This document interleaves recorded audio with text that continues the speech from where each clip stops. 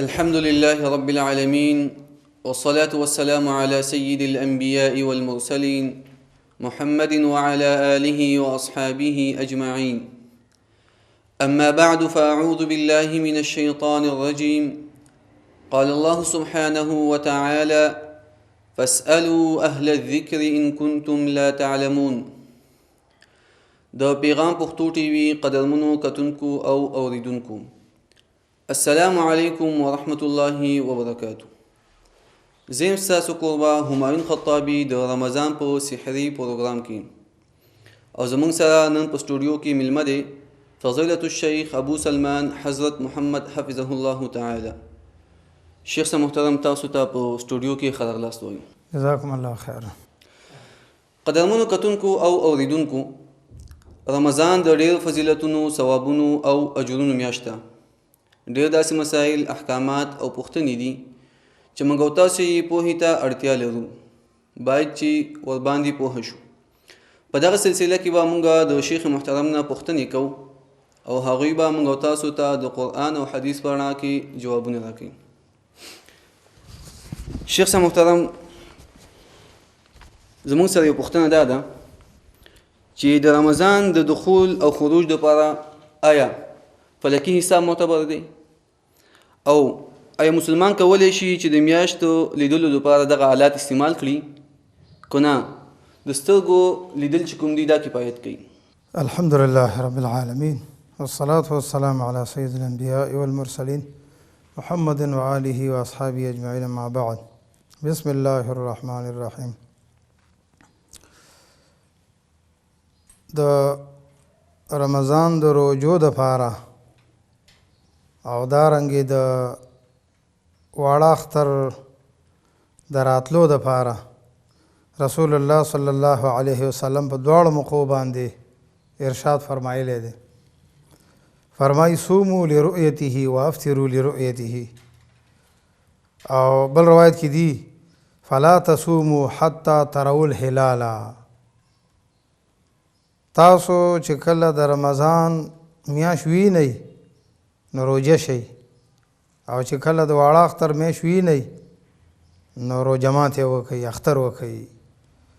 د دې حدیث شریف نه معلومه ده چې د رمضان داخلېدو دپاره هم رؤیت هلال ضروري دی، او د رمضان د ختمېدو دپاره هم د میاشتې لیدل ضروري دي. پاتې شو فلکی حسابیات یا جنتریانو حسابونه، نو اسلامی شریعت کې دی له اعتبار نشته دی. وجه دا ده چې په دې کې اختلاف راتلی شي او په دې باندې یقین هم نشي کېدی. حال دا دی چې رسول الله صلی الله علیه وسلم فرمایي نحن امة امیه لا نكتب ولا نحسب. منگا امی امتی، منگ اصل امتی، او منگا د رمضان په سلسله کې یا د واړه اختر د میاشت په سلسله کې نه حسابونه کو او نه لیکلو له اعتبار ورکو، نه جنتریالو له اعتبار ورکو او نه فلکی حسابیاتو له اعتبار ورکو، بلکې منگا اوریجنل امتی امیتن، والدی ته منصوب شخص ته امی وی. امی معنی هغه کس چې هغه په کم حالت باندې د خپل مور نه پیدا دی په عمقه حالت باندې وي، نو اصلی حالت دی حدیث کې مراد دی. نو دې د وجې نه د رمضان په دخول او خروج کې فلکی حسابیاتو له اعتبار نشته دی. لیکن د دې دا معنی هم نه ده ګنې چې دا په دې باندې حساب کول ناجایز دي. حساب کول په دې جایز دي، خو شرعاً په دې باندې څه حکم شرعي متفرقیږي نه په رمضان داخليږي او نه په رمضان خارجيږي. وبالله عز وجل التوفیق. جزاک الله خیرا. شیخ صاحب محترم، کو تاسو زموږ د کتونکو ته واضح کړئ چې آیا د رمضان د میاشتې په لیدلو کې د زنانو ګواهي منل کیږي؟ په دې کې د اهل علم دوه رایګانې دي. یو رای دا ده چې د زنانه ګواهي په دخول او په خروج کې معتبره نه ده، بالخصوص د رمضان په وتو کې وجه دا ده چې رسول الله صلی الله علیه وسلم په زمانه کې چې میاشت لیدلې ده نه سړی و بانډه چینو لیدلې ده.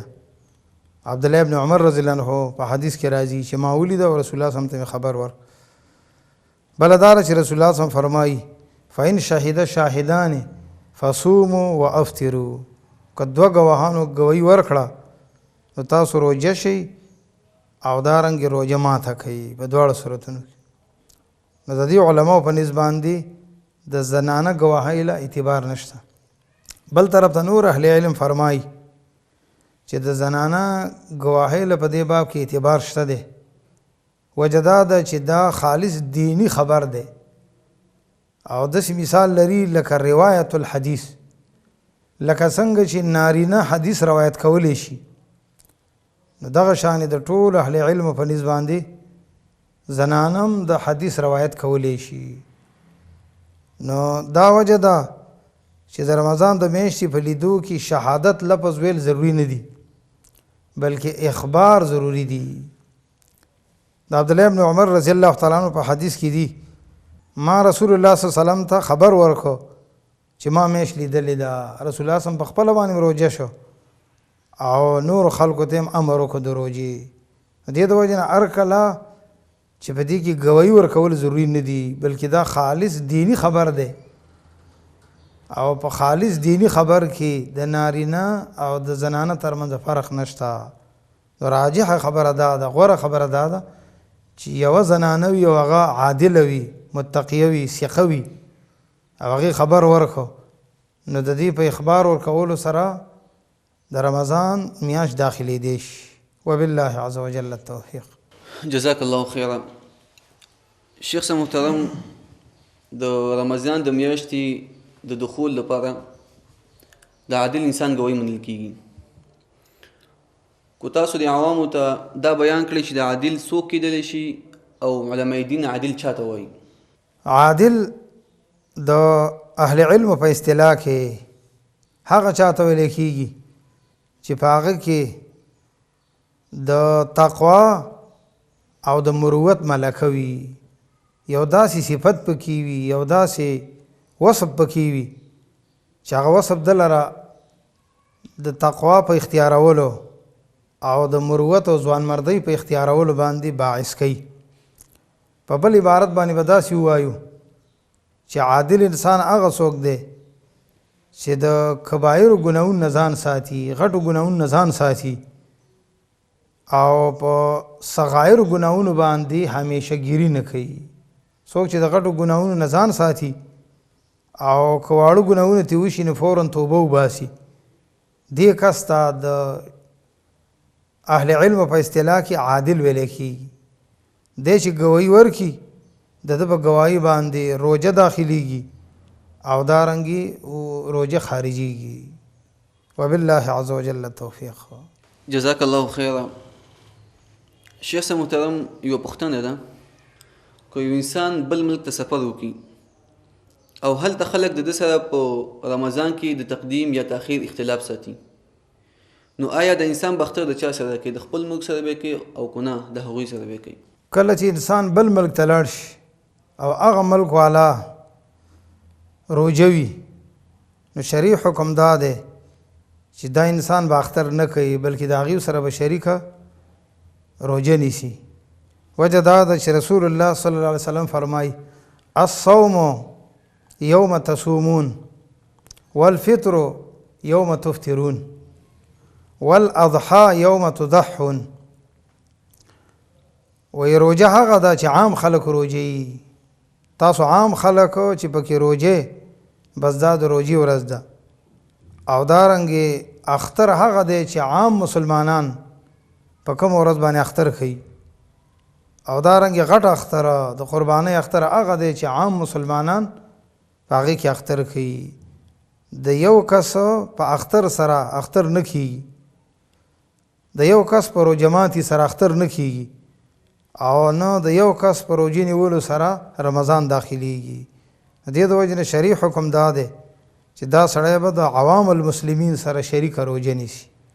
وبالله عز وجل التوفیق. جزاک الله خیرا. شیخ صاحب محترم، وخت شوی دی د یوې لنډې دمې. قدرمنو کتونکو، وخت شوی دی د یوې لنډې دمې. د دمې نه بعد زموږ سره اوسئ.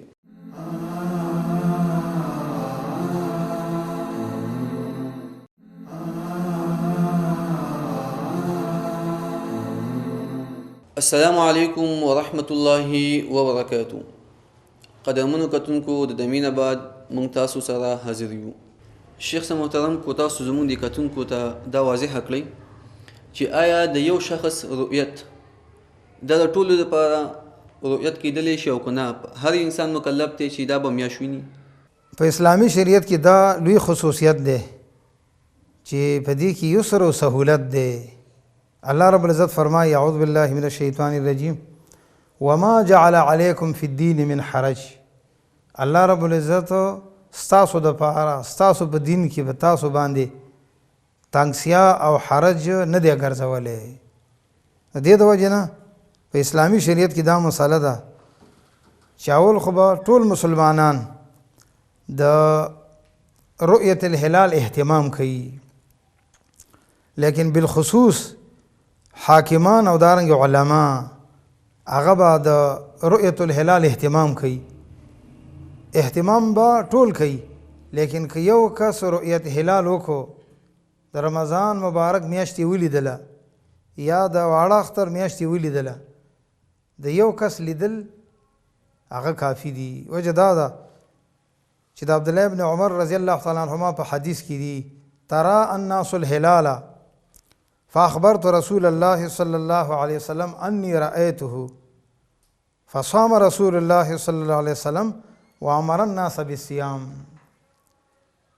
وی خلق راوتلی بار تا او میشتې ته کتلې، په دې منځ کې میش ما ولیدل. عبدالله ابن عمر وی رضی الله تعالی عنهما زرالم رسول الله صلی الله علیه وسلم ته خبر ورک چې ما میش لیدلې ده. هغوی په خپله باندې روژه شولو او مسلمانانو ته اعلان وکړو چې تاسو روژه شئ. د دې حدیث شریف نه معلومه شوه چې د یو کس لیدل دا کفایت کوي. پاتې شو په دې بل حدیث کې چې په جمع صیغه ده صوموا لرؤیته وافطروا لرؤیته، نو هلته اهتمام غرض دی چې تاسو ټولو د رؤیت هلال اهتمام کوئ. لیکن که یو کس د دې اهتمام نه پس رؤیت وکړو، نو دا رؤیت به د ټولو مسلمانانو دپاره کافي. او په اسلامي شریعت کې په هر مسلمان باندې دا لازمه نه ده چې هغه د خامخا د رمضان یا د واړه اختر میاشت ویني، او چې نه لیدلي نو روژه کېږي به نه. په دې باره کې د مسلمانانو د اهتمام نفس د یو کس رؤیت او لیدل دام کفایت کوي. وبالله عز وجل التوفیق. جزاک الله خیرا. شیخ صاحب محترم، کو تاسو زموږ د کتونکو ته دا خبره واضحه کړئ چې د رمضان د میاشتو د لیدلو کوشش کول د دې اسلامي چوکاټ کې د څه حکم دی؟ آیا دا واجب دی او که نه بل کوم حکم لري؟ د رمضان د میاشتې د لیدلو اهتمام کول دا فرض کفایي دي، د جنازې په شان حکم یې دی.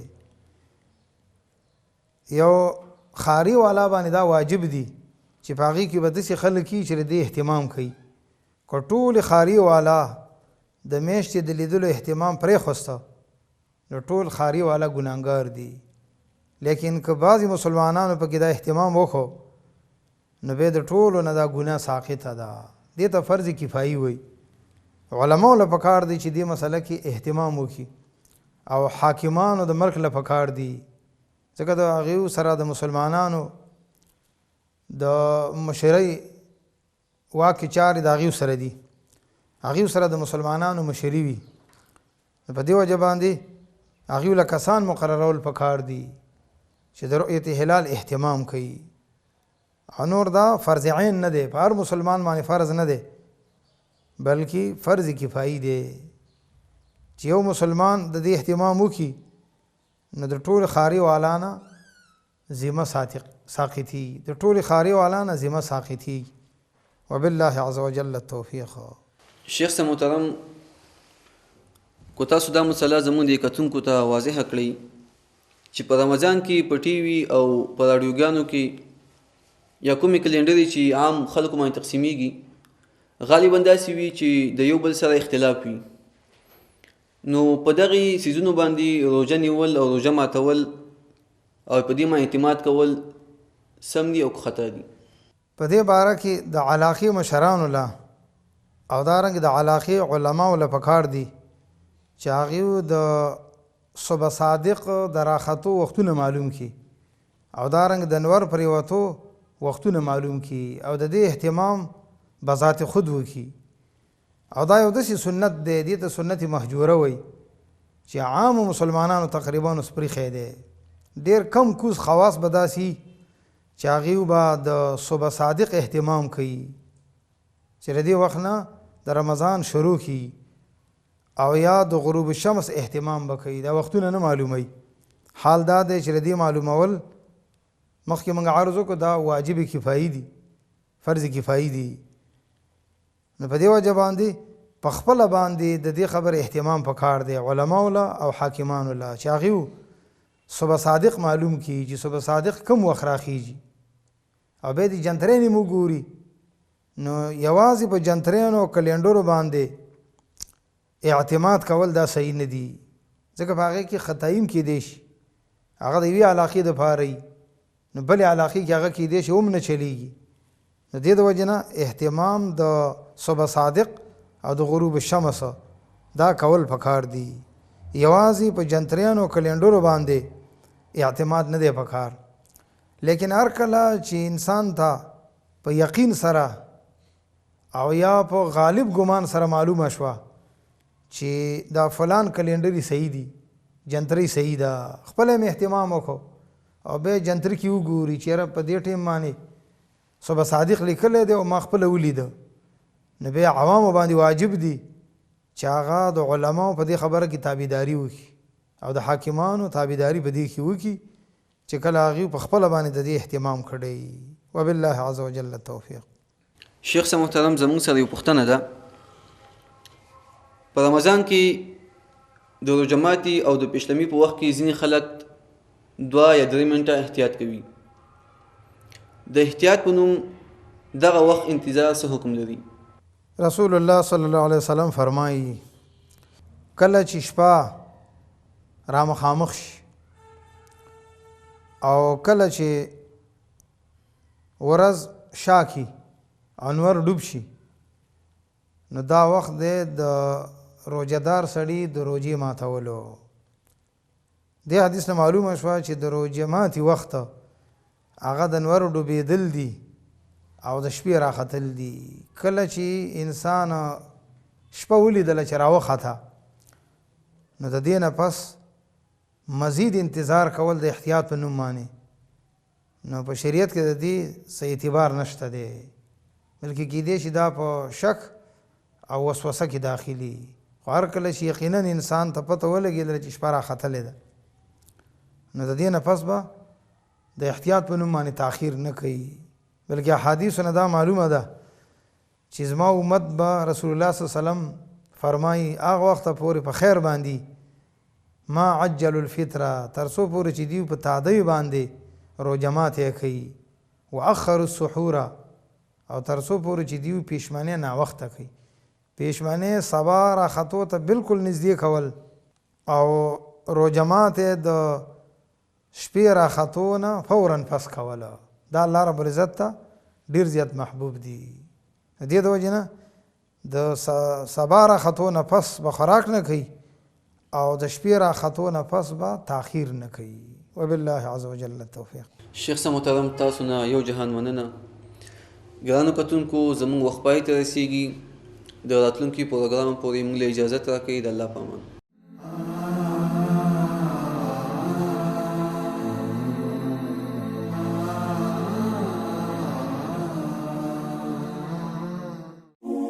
د پیغام پښتو ټي وي ځانګړي او مستند معلوماتو باندې مبني بشمیره تعلیمي او دینی ویډیوز لپاره زموږ پاڼه سبسکرایب کړئ او زموږ د نوي ویډیوز نه د اپډیټ لپاره په بیل آیکن کلیک کړئ.